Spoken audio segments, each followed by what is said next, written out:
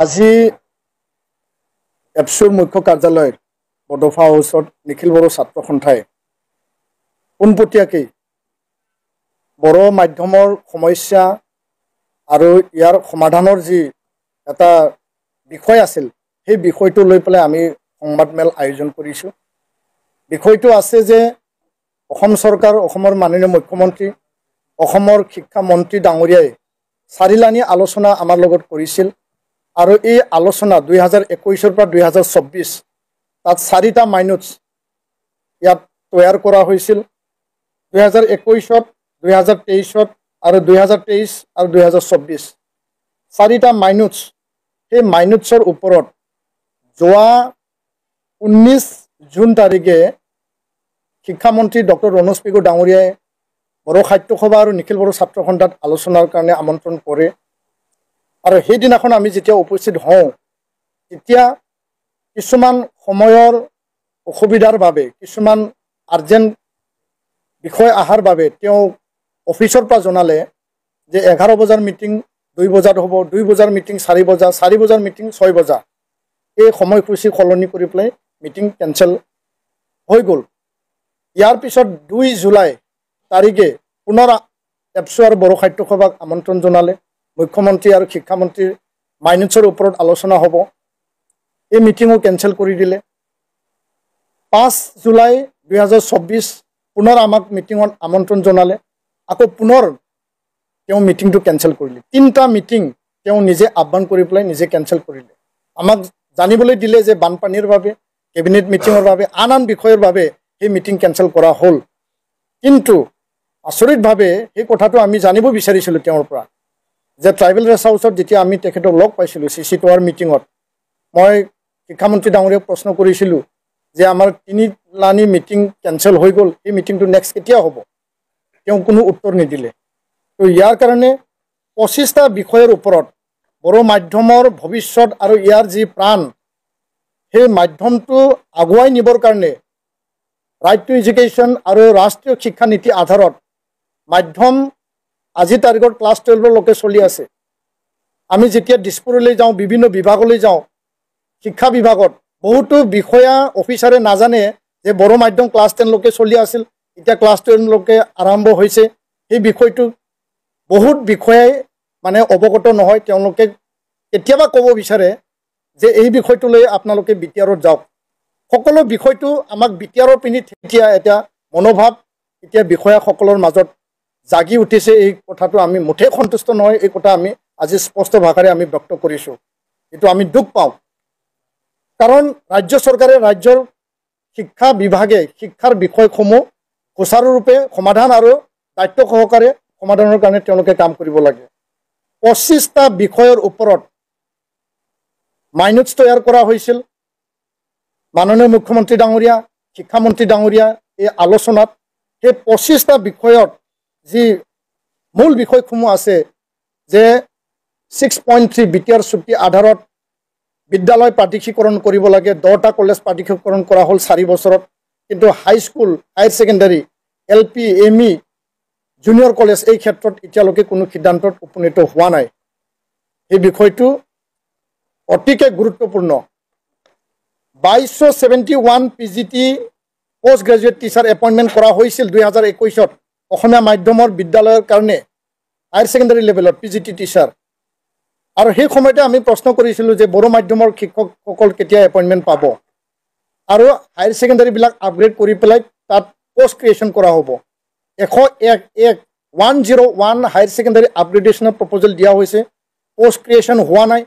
ক'ভিডৰ সময়ত যিবিলাক 95 হায়াৰ ছেকেণ্ডাৰী বড়ো অধ্যুষিত অঞ্চলত আপগ্ৰেডেশ্যন কৰা হৈছিল, তাত কোনো পোষ্ট ক্ৰিয়েশ্যন নাই।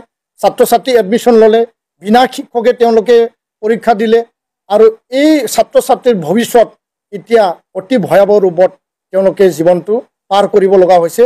তেওঁলোকৰ শিক্ষাৰ ভৱিষ্যত নাইকিয়া হৈ গৈছে। সেই কথাটো আমি আজি প্ৰশ্ন কৰিব বিচাৰিছোঁ। তো 101টা হায়াৰ ছেকেণ্ডাৰী আপগ্ৰেডেশ্যনৰ পোষ্ট ক্ৰিয়েশ্যন কৰিব লাগে। 50টা মডেল হাইস্কুল বড়ো মাধ্যমৰ টি গাৰ্ডেনৰ মডেলত আমি দাবী জনাইছিলোঁ। তাৰে 35টাৰ লিষ্ট শিক্ষামন্ত্ৰী ডাঙৰীয়াই বিচাৰিলে আমি দিলোঁ, কিন্তু এই ক্ষেত্ৰত কোনো কাৰ্যকৰী কৰা আমি এতিয়ালৈকে দেখিবলৈ পোৱা নাই। সৰুপথাৰ কলেজ, জনাই কলেজ আৰু 10টা মহাবিদ্যালয়ত বড়ো বিভাগ তাত পোষ্ট ক্ৰিয়েশ্যনৰ প্ৰপ'জেল চলি আছে। এতিয়ালৈকে এই পোষ্ট ক্ৰিয়েশ্যনৰ কাম হৈ উঠা নাই। বড়োলেণ্ড ইউনিভাৰ্চিটিক ওদালগুৰি কেম্পাছ গঠন কৰিব লাগে। আগৰ মুখ্যমন্ত্ৰীয়ে ক'লে, এতিয়াৰ মুখ্যমন্ত্ৰী ডাঙৰীয়াই ক'লে, শিক্ষামন্ত্ৰী ডাঙৰীয়াই ক'লে, সকলোৱে প্ৰতিশ্ৰুতি দিলে, কিন্তু এই বিষয়টো এতিয়ালৈকে কাৰ্যকৰী হোৱা নাই। বড়োলেণ্ড বিশ্ববিদ্যালয়, BB ইঞ্জিনিয়াৰিং কলেজত নতুন ডিপাৰ্টমেণ্ট খুলিব লাগে, পোষ্ট ক্ৰিয়েশ্যন কৰিব লাগে, সেই বিষয়টো এতিয়ালৈকে কোনো কাৰ্যকৰী কৰা হোৱা নাই বা ইয়াৰ সেই বিষয়টো এতিয়া আগবাঢ়াই নাই। CTET-ত বড়ো ভাষা লেংগুৱেজ 1 অপশ্যন হিচাপে অন্তৰ্ভুক্ত কৰিব লাগে। কেন্দ্ৰীয় চৰকাৰক আমি দাবী জনাইছোঁ। ৰাজ্য চৰকাৰে কৰিবলগীয়া কামটো হ'ল যে কেন্দ্ৰীয় চৰকাৰক তেওঁলোকে লিখিব লাগে, সেই কামটো হৈ উঠা নাই। 72 number of EGS education guarantee স্কিমৰ আণ্ডাৰত সেই স্কুলখিনি নৰ্মেল স্কুলত আহিল শোণিতপুৰ বিশ্বনাথত। ইয়াত বিনা শিক্ষকে এতিয়া স্কুল চলি আছে, য'ত RT কথা লিখা আছে, য'ত NEP কথা লিখা আছে, য'ত গুণোৎসৱৰ কথা আছে, তাত বিনা শিক্ষকে চলি আছে। কিছুমান টিচাৰ ট্ৰান্সফাৰ দিয়া হ'ল, আধৰুৱা হৈ পেলাই কিছুমান টিচাৰৰ ট্ৰান্সফাৰ এতিয়ালৈকে হোৱা নাই। ইয়াৰ বাদেও 26খন বড়ো মাধ্যমৰ বিদ্যালয়ত 0 টিচাৰ, এজনো শিক্ষক নাই। আৰু 206 বড়ো মাধ্যম বিদ্যালয় ছিংগল টিচাৰ চলি আছে। শিক্ষক এপইণ্টমেণ্ট BTR আৰু অসমত যি ধৰণে হ'ব লাগিছিল টেট এপইণ্টমেণ্ট, সেইটো মানে সময়মতে হোৱা নাই, যাৰ কাৰণে এতিয়া ছাত্ৰ ছাত্ৰীৰ সংখ্যা কমি গৈছে। ছাত্ৰ ছাত্ৰীৰ সংখ্যা কমি যোৱাৰ কাৰণে বিদ্যালয় মাৰ্জাৰ কৰিব লাগে বুলি বাৰম্বাৰ অসমৰ শিক্ষা বিভাগে নিৰ্দেশ দিছে, যাৰ দ্বাৰা বড়ো মাধ্যম শেষ কৰাৰ এটা পৰিকল্পনা এতিয়া চলি আছে। সেই কথাটো আমি আজি পুনৰবাৰ উনুকিয়াই দিছোঁ। ডিগ্ৰী মডেল কলেজ, 3টা ডিগ্ৰী মডেল কলেজ, বড়ো অধ্যুষিত অঞ্চল, তাত বড়ো ছাত্ৰ ছাত্ৰী আছে। সকলো বিভাগত পোষ্ট ক্ৰিয়েশ্যন দিয়া হ'ল, 3টা মডেল কলেজত। বড়ো বিভাগ, বড়ো ডিপাৰ্টমেণ্টত তাত কোনো এটা পোষ্ট তাতে ক্ৰিয়েশ্যন কৰা নহ'ল। এইটো অন্যায় আৰু এইটো আমাক মানে ডিপ্ৰাইভ কৰা হৈছে, এই কথাটো আমি স্পষ্ট ভাষাৰে কৈছোঁ। আৰু এই কথাটো মাইনত থাকিও আজিৰ তাৰিখত অসম চৰকাৰ শিক্ষা বিভাগে এইটো একো কাৰ্যকৰী তেওঁলোকে কৰা নাই। আছাম টেক্সট বুক পাব্লিকেশ্যন আৰু প্ৰডাকশ্যন কৰ্পৰেশ্যনত বড়ো একাডেমিক অফিচাৰ লাগে, এতিয়া খালী হৈ আছে। বড়ো একাডেমিক অফিচাৰ সেৱাত লাগে, এইটো খালী হৈ আছে। বড়ো ট্ৰান্সলেটৰ সমগ্ৰ শিক্ষা অভিযানত খালী হৈ আছে। বড়ো লেকচাৰৰ লাগে SCRT, য'ত নেকি গোটেই পৰিকল্পনাবিলাক তৈয়াৰ কৰা হয়, তাত খালী হৈ আছে। এই চাৰিটা মূল শিক্ষা বিভাগ কেনেকৈ চলি আছে, য'ত নেকি SCRT-ত বড়ো লেকচাৰৰ লাগে, তাত পোষ্টে নাই।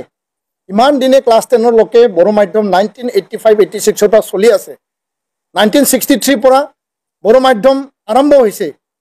হাইস্কুলত মেট্ৰিক দিছে 85-86ত। আজিলৈকে যদি তাত মানে বিষয়া নাই, চৰকাৰে এই বিভাগ আৰু এই মাধ্যমটো কেনেকৈ চলাব বিচাৰিছে। আৰু ইয়াৰ বাদেও আমি স্পষ্ট ভাষাৰে ক'ব বিচাৰিছোঁ, আজি 2024-ৰ 21 জুলাই, আজি গৰম বন্ধ চলি আছে, 3 মাহ ক্লাছ উকলি গ'ল, এটা ইউনিট টেষ্ট হৈ গ'ল, কিন্তু আজিলৈকে টেক্সট বুক পাবৰ কাৰণে LP, ME আৰু হাইস্কুলত টেক্সট বুক পাবৰ কাৰণে বিদ্যালয়বিলাকে আমাক কৈ আছে, আৰু তেওঁলোকে পাঠ্যপুথি এতিয়ালৈকে পোৱা নাই। পাঠ্যপুথি পৰ্যাপ্ত পৰিমাণে নোপোৱাকৈ তেওঁলোকে আজি ক্লাছ কৰি পেলাই পৰীক্ষা দিব লগা হৈছে। আৰু ইয়াৰ কাৰণে আমি অসম চৰকাৰক আমি আহ্বান জনাইছোঁ, মুখ্যমন্ত্ৰী ডাঙৰীয়াক আমি আহ্বান জনাইছোঁ যে এই যে তিনিটা মিটিং মাতি পেলাই আমাক কেঞ্চেল কৰালে, আমাক কি কাৰণত কেঞ্চেল কৰালে, ইয়াৰ কাৰণে শিক্ষামন্ত্ৰীৰ পৰা আমাক উত্তৰ লাগে আৰু মুখ্যমন্ত্ৰী ডাঙৰীয়াই ইয়াৰ ওপৰত হস্তক্ষেপ কৰিব লাগে।